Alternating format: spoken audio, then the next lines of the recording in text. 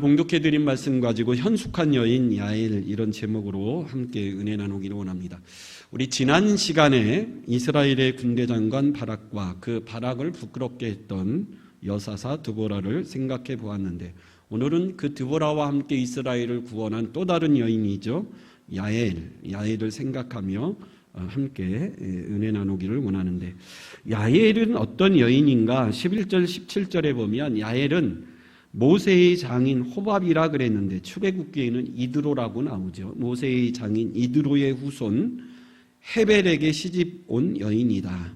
헤벨이라는 사람의 아내가 바로 야엘이다, 그렇게 이야기합니다.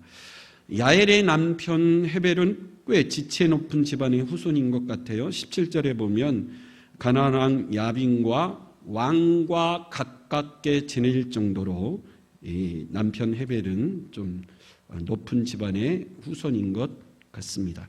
모세의 장인 이드로의 후손을 겐족속이라 그러죠. 겐족속.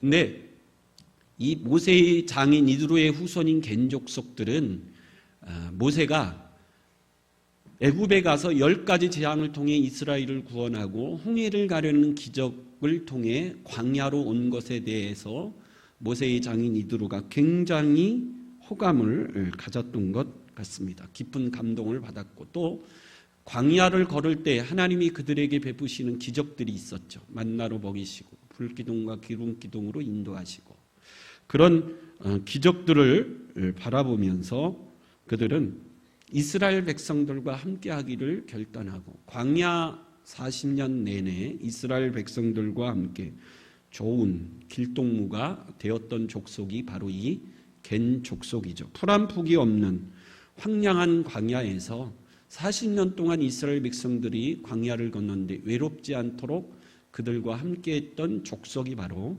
모세의 장인 이드로의 후손들 겐 족속입니다.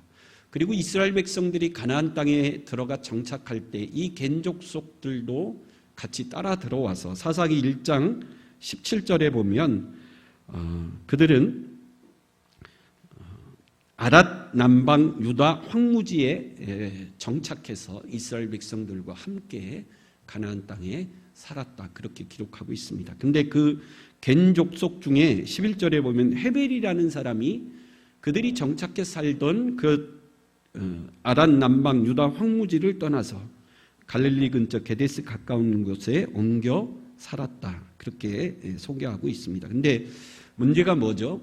이 겐 족속은 이스라엘 백성들이 아니기 때문에 이 헤벨이라는 사람이 게데스 근처에 와서 정착하며 살면서 그 당시에 정세를 살펴보니까 그 당시에 가장 강력한 세력은 누구죠? 가나안 왕 야빈이 그 지역의 강력한 지배 세력으로 자리 잡고 있었어요. 그래서 이 헤벨은 이스라엘 족속이 아니기 때문에 이스라엘 족속은 20년 가까이 가나안 왕 야빈에게 철저하게 짓밟히고 정복당하는 모습을 보면서 누구와 가까이 지내겠다고 결단했을까요? 이스라엘 족속일까요? 가나안 왕 야빈일까요?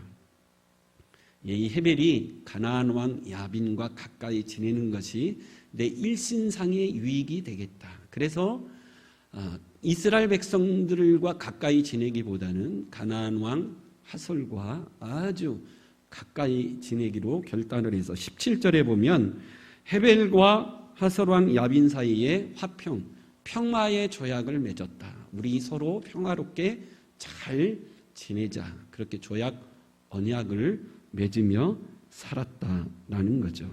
왜 그렇죠? 그 당시 최강력한 세력이 가나안 왕 하솔이기 때문에, 하솔이 강력했던 이유는 우리가 지난 시간에 살펴봤듯이 철병거 900대라고 하는 강력한 무기를 가지고 그 지역의 맹주이기 때문에 저 하솔 왕 야빈과 가까이 지내는 것이 좋겠다, 그렇게 판단을 한 것이죠. 그래야 내 일신상의 안녕을 누릴 수 있겠다.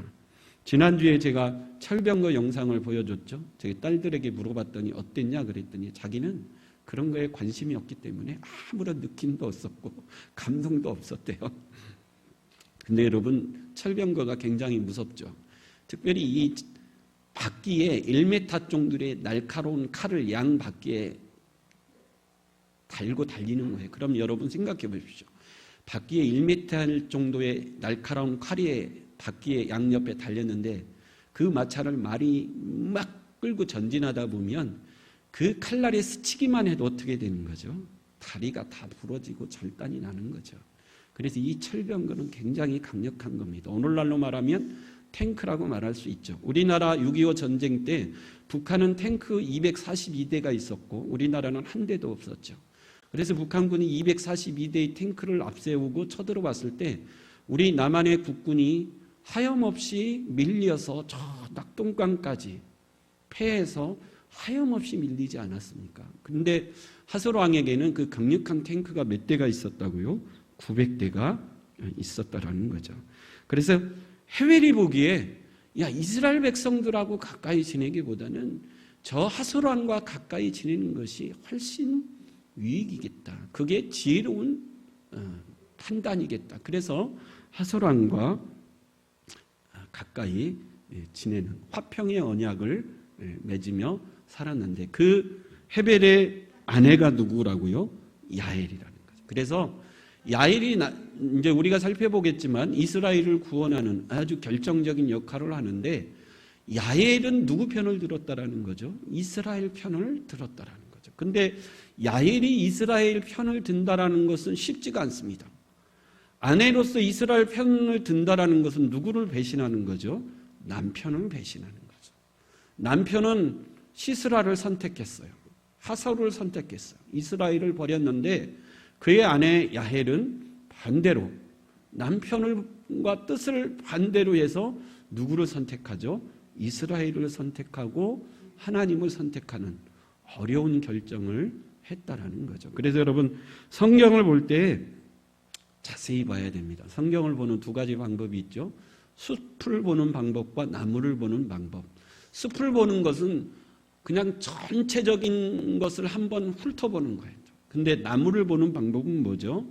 거기에 가장 가까이 가서 나무 하나하나를 세세하게 자세하게 보는 방법. 그래서 성경은 통독 66권 전체를 보는 방법이 있고 또 하나의 방법은 뭐죠? 말씀 한 구절 한 구절을 아주 세세하고 자세하게 보는 이 두 가지 방법으로 성경을 봐야 된다라는 거죠. 제가 늘 강조하죠. 우리의 믿음은 말씀을 덮어놓고 믿으면 위험해요. 덮어놓고 믿지 말고 반드시 성경을 펴서 읽고 묵상하고 말씀대로 믿어야 될 줄 믿습니다. 이번 부흥회 때 우리가 많이 은혜를 받았는데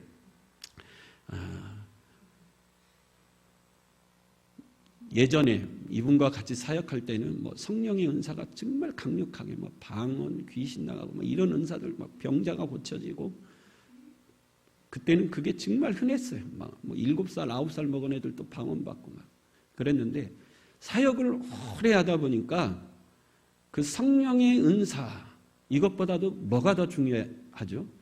말씀이 중요하다라는 것을 깨닫게 됩니다. 그래서 여러분 사역을 오래 하고 신앙생활을 오래 하다 보면 결국 어디로 갈 수밖에 없죠? 말씀으로 말씀이 중요하고 말씀 안에 있을 때 우리의 신앙이 안전하다고 할 수 있습니다.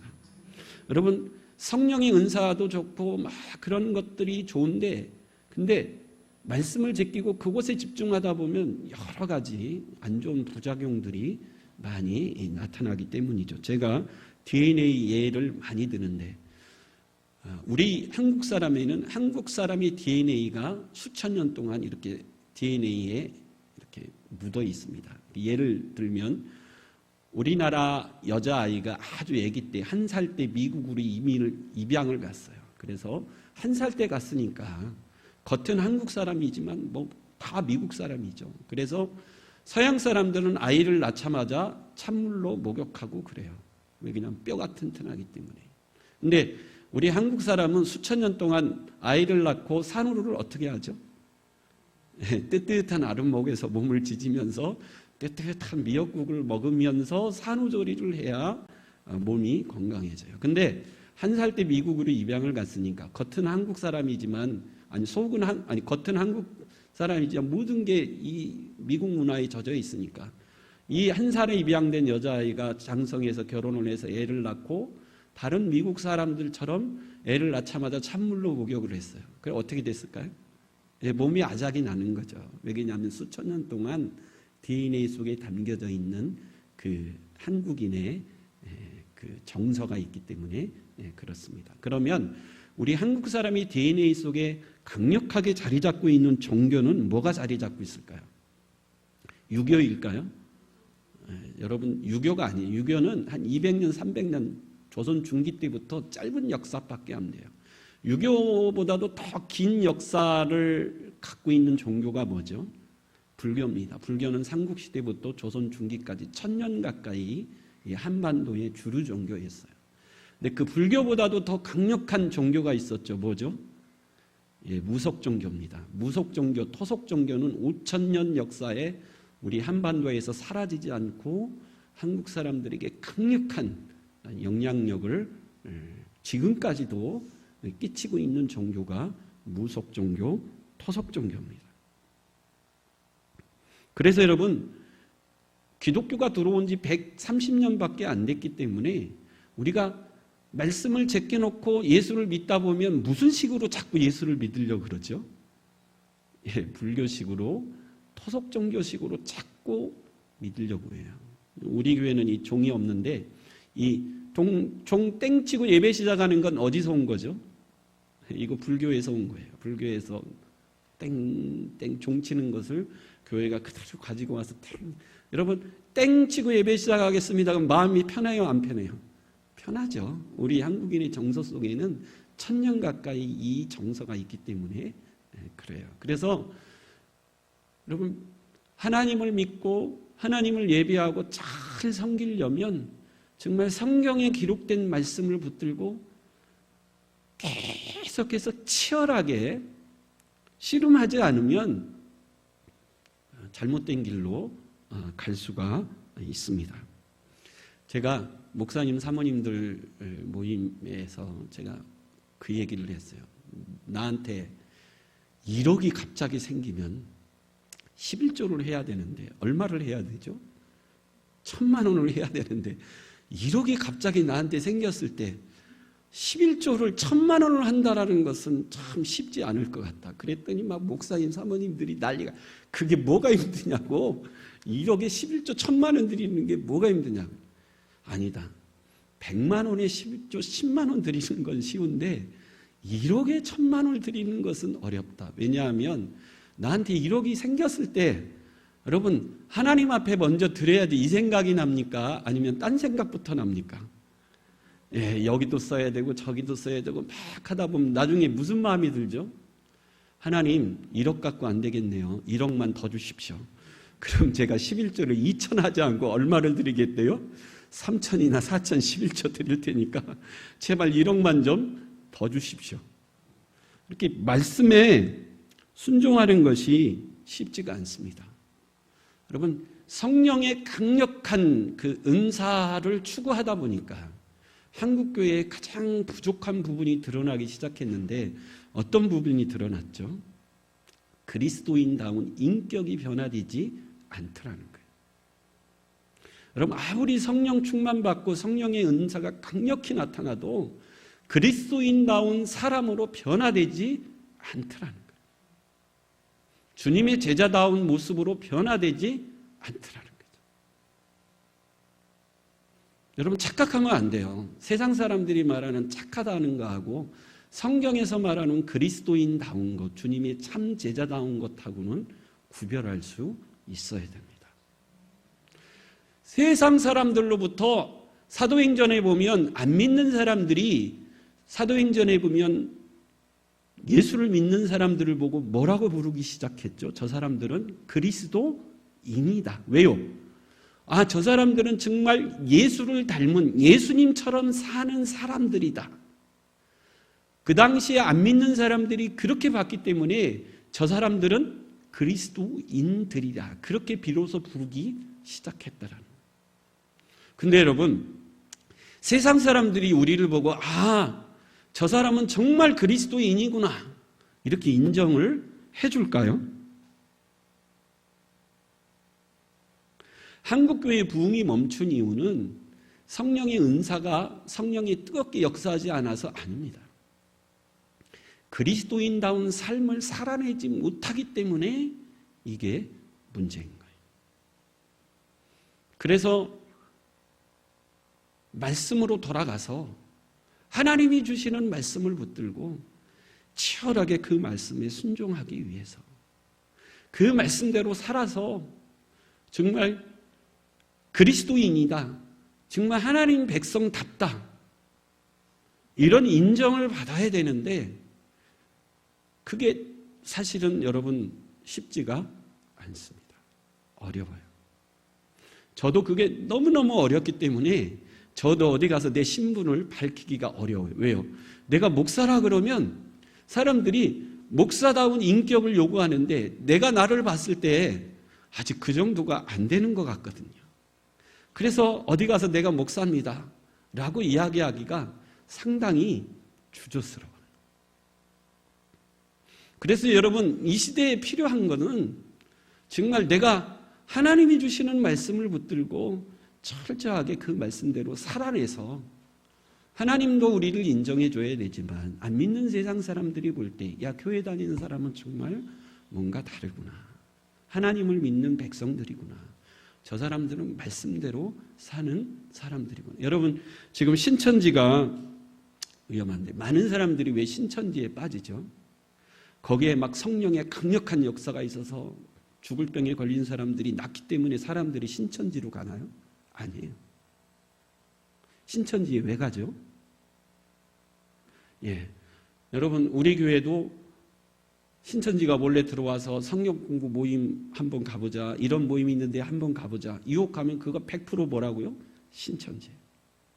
절대 교회에서 하는 것 외에 절대 어느 모임에 가면 안 돼요. 근데 어쨌든 갔더니 깜짝 놀라는 거죠. 왜 놀라는 거죠?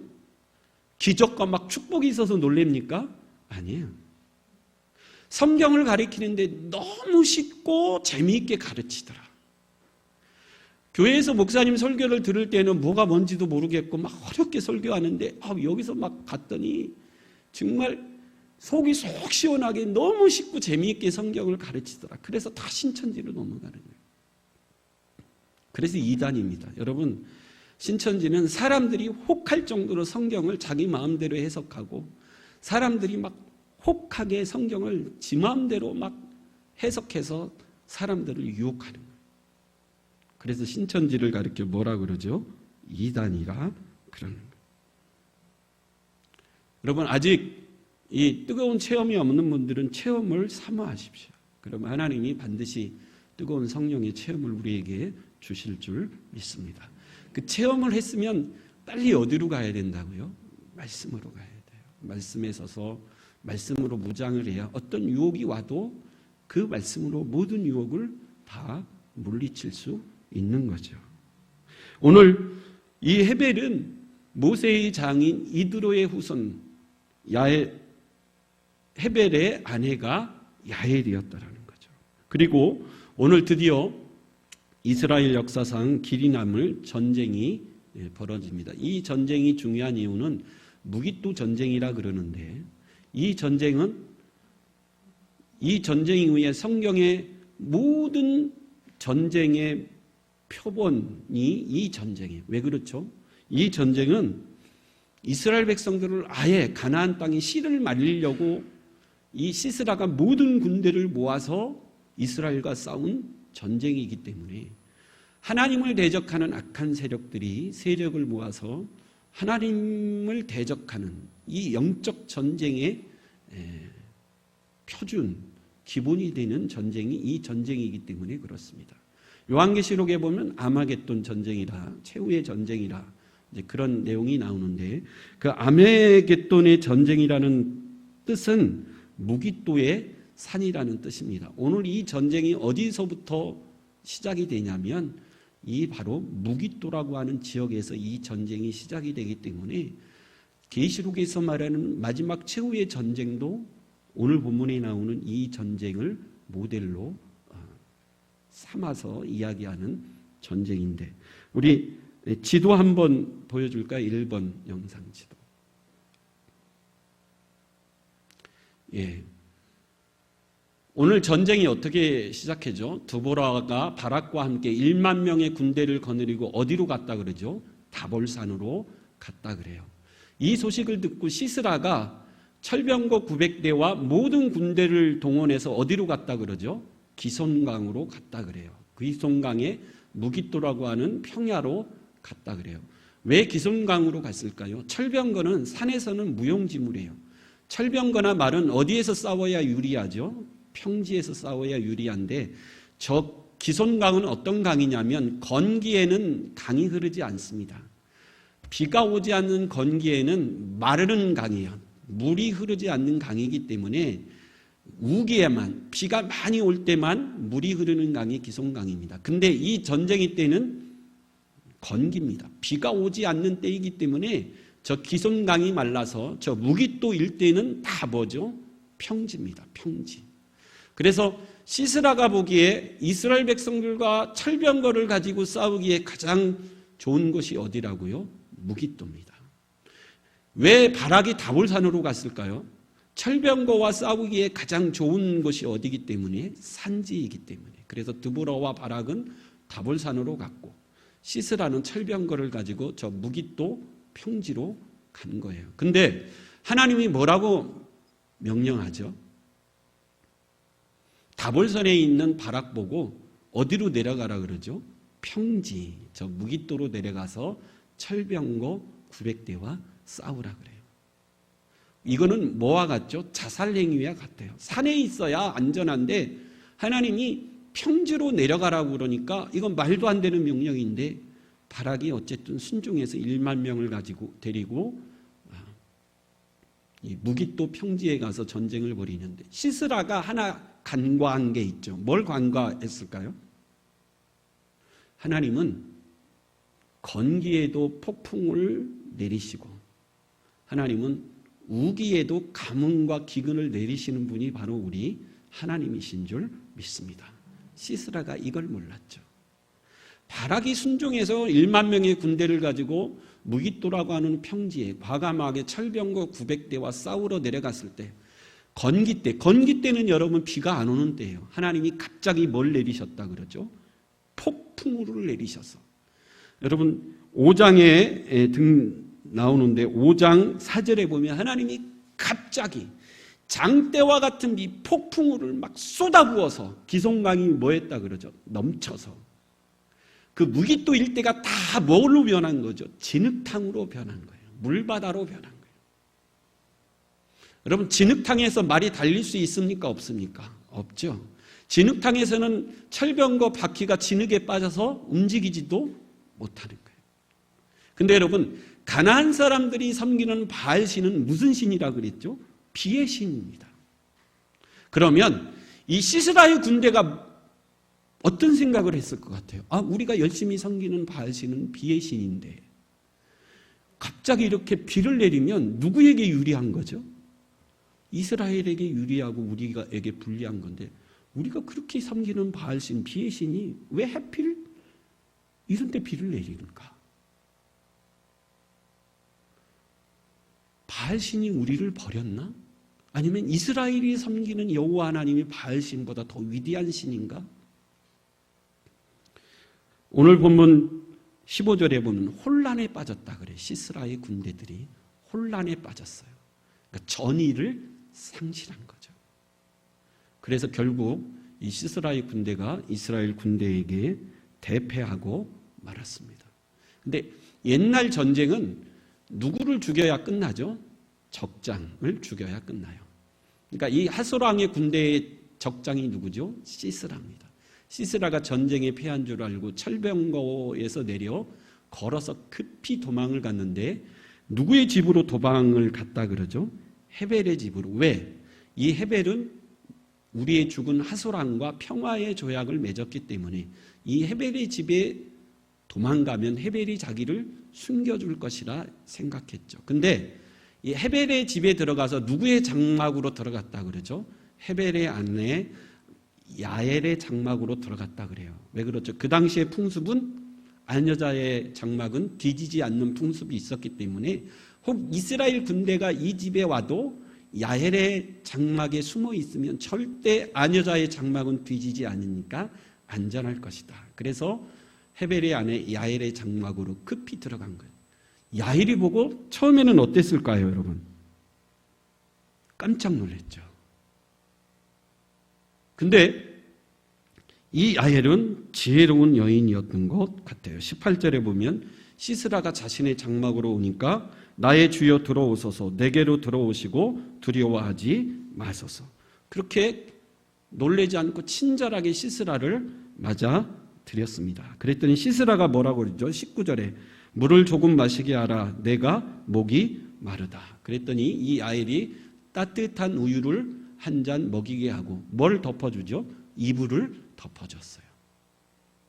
그래서 편히 쉬게, 어떤 사람이 와도 아무도 없다고 이야기해 줄 테니까 편히 쉬어라. 그래서 시스라가 따뜻한 우유를 먹고 이불을 덮어주니까 아마 깊은 잠에 빠졌던 것 같습니다. 그때 야헬이 이 시스라를 어떻게 죽이죠? 두 번째 그림 한번 보여줄까요? 두 번째 그림. 이 성경에 보니까 이렇게 천막을 치는 말뚝을 가지고 시스라의 정수리에 대고 망치로 박아 어떻게 했다 그러죠? 죽였다 그래요. 천막 치는 것은 주로 여인들이 담당했기 때문에 야헬은 이 말뚝을 잘 사용했을 것이다 그러죠. 그래서 천막 치는 말뚝을 시스라 장군을 정수리에 박고 망치로 내려쳐 뭐한 거죠? 죽인 거예요. 여자들이 뭐 하죠? 무섭습니다, 여러분. 부부싸움을 하더라도 여러분 절대 부엌에서는 싸우지 마세요. 뭘 들고 나올지 모르니까. 그래서 이 시스라가 죽음으로 이스라엘에게 완전한 전쟁으로 끝났습니다. 야헬이 왜 대단한 여인이죠? 자신의 남편 헤벨은 그 당시 시루를 따라 누구를 선택했죠? 시스라를 선택했고 하소랑을 선택했지만 그의 아내 야헬은 누구를 선택하는 거죠? 아니다. 하나님을 선택하는 것이 우리의 가정과 가문이 사는 길이라. 여자분들에게는 뭐가 있다 그러죠? 촉이 있다 그러죠. 이 탁월한 촉이 있습니다. 예수님을 재판하는 빌라도 총독 때에 빌라도의 아내가 뭐라고 그래요? 여보, 내가 간밤에 꿈을 꿨는데 꿈이 이상해. 예수님은 의인인 것 같으니까 당신은 이 일에 절대 뭐 하지 말라? 상관하지 말고 손을 떼라. 빌라도가 아내의 말을 들었으면 빌라도는 예수를 죽인 죄인이 되지 않았을 겁니다. 여자들은 남자보다 몸이 약하지만 그러나 남자가 갖지 못하는 놀라운 감각이 있죠. 이 장면을 보면 여리고의 기생 라합이 떠오르죠. 기생 라합도 판단했습니다. 우리 가정과 가문이 사는 길은 누구를 선택하는 길이다? 여호와 하나님을 선택하는 길이다. 근데 여러분, 여인들의 촉이 아무리 탁월해도 그 촉이 지나치면 어떻게 되죠? 에덴 동산에서 무슨 일이 일어났죠? 그 촉이 너무 지나치니까 선악과를 따먹고 자기 남편에게도 주어서 같이 망하는 안타까운 일이 있었죠.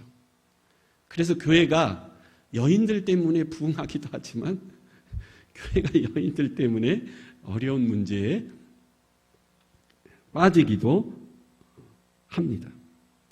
우리 잠언 31장 10절에서 12절 한번 읽어보겠습니다. 잠언 31절 시작. 누가 현숙한 여인을 찾아 얻겠느냐? 그의 값은 진주보다 더하니라. 그런 자의 남편의 마음은 그를 믿나니 산업이 실접하지 아니하겠으며 그런 자는 살아있는 동안에 그의 남편에게 선을 행하고 악을 행하지 아니하리. 현숙한 여인은 자신의 남편과 자신의 가족의 산업이 뭐하지 않게 필접하지 않게 지켜낼 것이고, 현숙한 여인은 살아있는 동안에 그의 남편에게 뭘 행하고 선을 행하고 악을 행하지 아니하리라. 여러분, 사랑하는 우리 여자 성도 여러분 모두가 다 하나님이 인정하는 현숙한 여인이 될 수 있길 간절히 축원합니다. 그래서 야헬은 남편과 정반대의 길을 걸었지만 그래도 야헬은 올바른 선택을 해서 자신의 가정과 가문이 멸절당하지 아니하고 하나님의 은혜 가운데 복된 믿음의 가정과 가문으로 세울 수 있었다라는 거죠. 우리 잠언 31장 30절 한 절도 읽어보도록 하겠습니다. 시작. 고운 것도 거짓되고 아름다운 것도 헛되나 오직 여호와를 경외하는 여자는 칭찬을 받을 것이라. 여러분, 여자에게서 아름다운 것도 좋고 고운 것도 좋지만 가장 중요한 건 뭐죠? 여호와를 경외하는 여인이 되라는 거예요. 그래서 여러분, 우리 집안이 내 남편이 아무리 시류를 쫓아갈지라도 저와 여러분들은 이 야헬이라는 여인과 같이 하나님을 선택할 수 있는 지혜로운 여인들이 될 수 있기를 간절히 축원합니다. 믿음의 여인 라합을 통해서 여리고성을 정복할 수 있었고 기도의 여인 한나를 통해 이스라엘의 국부인 사무엘이 세워졌죠. 성령 충만한 엘리사벳을 통해 세례 요한이 태어났고 순종의 여인 마리아를 통해 예수님이 탄생했고 헌신의 여인 누디아를 통해 빌립보 교회가 개척이 되었죠. 성경에는 위기의 순간순간마다 믿음의 여인들이 등장을 해서 하나님의 놀라운 섭리의 줄기를 끊어지지 아니하게 하는 놀라운 헌신의 모습을 볼 수가 있습니다. 여러분, 이 말씀은 당시 이스라엘의 그 남자됨을 풍자하는 말씀이죠. 이스라엘은 하나님의 장자였어요. 근데 바락과 같이 그 장자가 장자답지 못하다는 거예요. 남자가 남자답지 못하는 거예요. 여러분, 이스라엘이 이스라엘답지 못하다는 거죠. 그 풍자고 해악입니다. 이스라엘이 이스라엘답지 못하고 남자가 남자답지 못하니 하나님이 이방 여인을 들어서라도 하나님은 승리를 쟁취하시고 하나님의 뜻을 이루어 가시는 분이 우리 하나님이시라는 거죠. 그래서 여러분, 이 드보라와 야엘의 이 4장 5장의 결론이 사사기 5장 31절에 나오는데 마지막 읽고 마치도록 하겠습니다. 5장 31절 시작. 여호와여, 주의 원수들은 다 이와 같이 망하게 하시고 주를 사랑하는 자들은 해가 힘있게 도둠같게 하시옵소서 하니라. 그 땅이 40년 동안 평안. 여러분, 드보라와 야헬이라는 두 여인 때문에 여러분, 이스라엘이 다시 한번 해가 힘있게 도둠같이 빛날 수 있었다라는 거죠. 여러분, 한 사람 한 사람이 믿음 위에 선다면 여러분들 때문에 여러분 가정이, 우리 교회가, 이 나라, 이 민족이 해가 힘있게 도둠같이 빛나는 은혜를 누리게 될 줄 믿습니다. 그런 믿음의 길을 걸어갈 수 있는 저와 여러분 될 수 있길 간절히 축원합니다. 우리 다 같이 일어서셔서 너 어디 가든지 순종하라. 우리